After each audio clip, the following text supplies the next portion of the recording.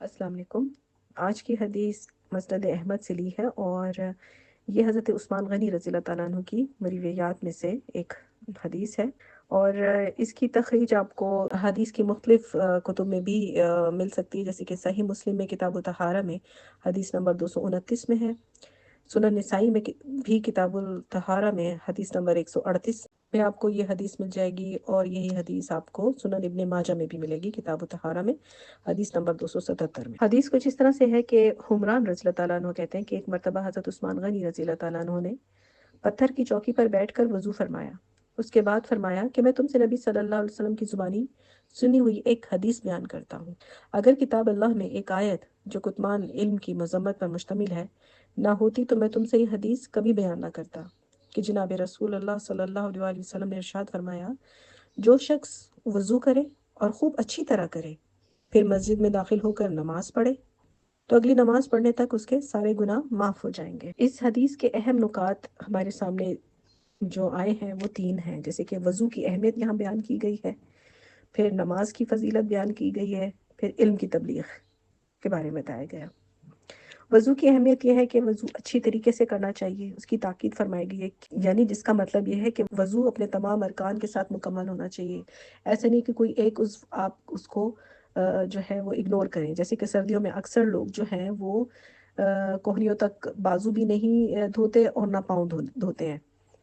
تو اس کا اہتمام کرنا چاہیے۔ اور پھر نماز زیادہ تر جو ہے فرض نمازیں گھر میں ہی ادا کر دیتے ہیں، حالانکہ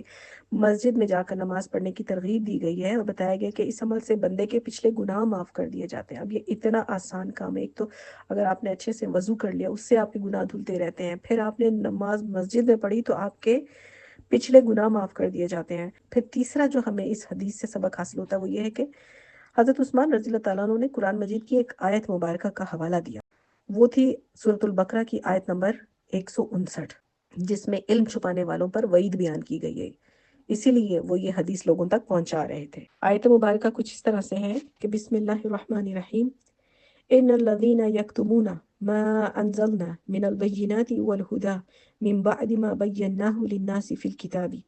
اولئك يلعنهم الله ويلعنهم اللاعنون۔ اس کا ترجمہ اس طرح سے کہ جو لوگ ہماری اتاری ہوئی دلیلوں اور ہدایت کو چھپاتے ہیں باوجود ہے کہ ہم اسے اپنی کتاب میں لوگوں کے لیے بیان کر چکے ہیں، ان لوگوں پر اللہ کی اور تمام لعنت کرنے والوں کی لعنت ہے۔ اب دیکھیں حضرت عثمان غنی رضی اللہ تعالیٰ عنہ نے اس آیت کا حوالہ کیوں دیا، اور یہ بات اگر چھپا لی جائے تو دیکھیں، اگر بعض لوگوں کے لیے دین کو آسان کر دیا جائے نا کہ آپ بس کلمہ پڑھ لیں تو آپ جنت میں داخل ہو جائیں گے، آپ وضو کر لیں آپ جنت میں داخل ہو جائیں گے، تو لوگ دین کو ایزی سمجھ لیں گے اور اس کے جو ضروری ارکان ہیں اس کو اگنور کرنا شروع کر دیں گے کہ بس ہم تو امت محمدی صلی اللہ علیہ وسلم میں ہم تو بس جنت میں چلے جائیں گے۔ تو اس طرح سے پھر وہ جو بہت ضروری کام ہوتے ہیں ان کو لوگ اگنور کرنا شروع کر دیتے ہیں۔ تو اس وجہ سے اتنا ایزی نہیں سمجھنا چاہیے اس بات کو۔ تبھی حضرت عثمان غنی رضی اللہ تعالیٰ عنہ نے کہا کہ اگر یہ والی آیت نہ ہوتی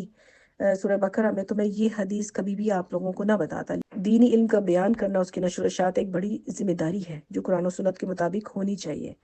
تو اس لیے انہوں نے فرمایا ہے کہ وضو اور نماز کے ذریعے گناہوں کی مغفرت ممکن ہے بشرطے کہ نیت خالص ہو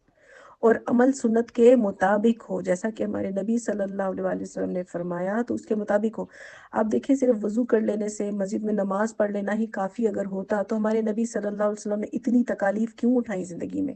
پھر ان کی آل پاک نے اہل بیت نے کیوں اتنی تکالیف اٹھائیں، کیونکہ دین کے دوسرے ارکان بھی اتنے ہی ضروری ہیں، ان پر عمل کرنا بھی ضروری ہے۔ تو لیکن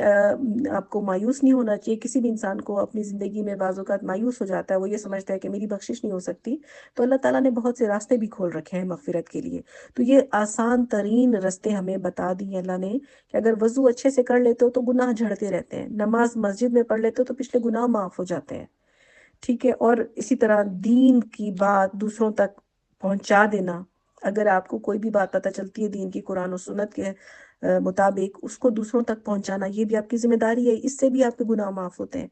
تو یہ سارے اعمال کرنے کی اللہ پاک ہم سب کو توفیق عطا فرمائے اور سمجھنے کی توفیق عطا فرمائے، آمین۔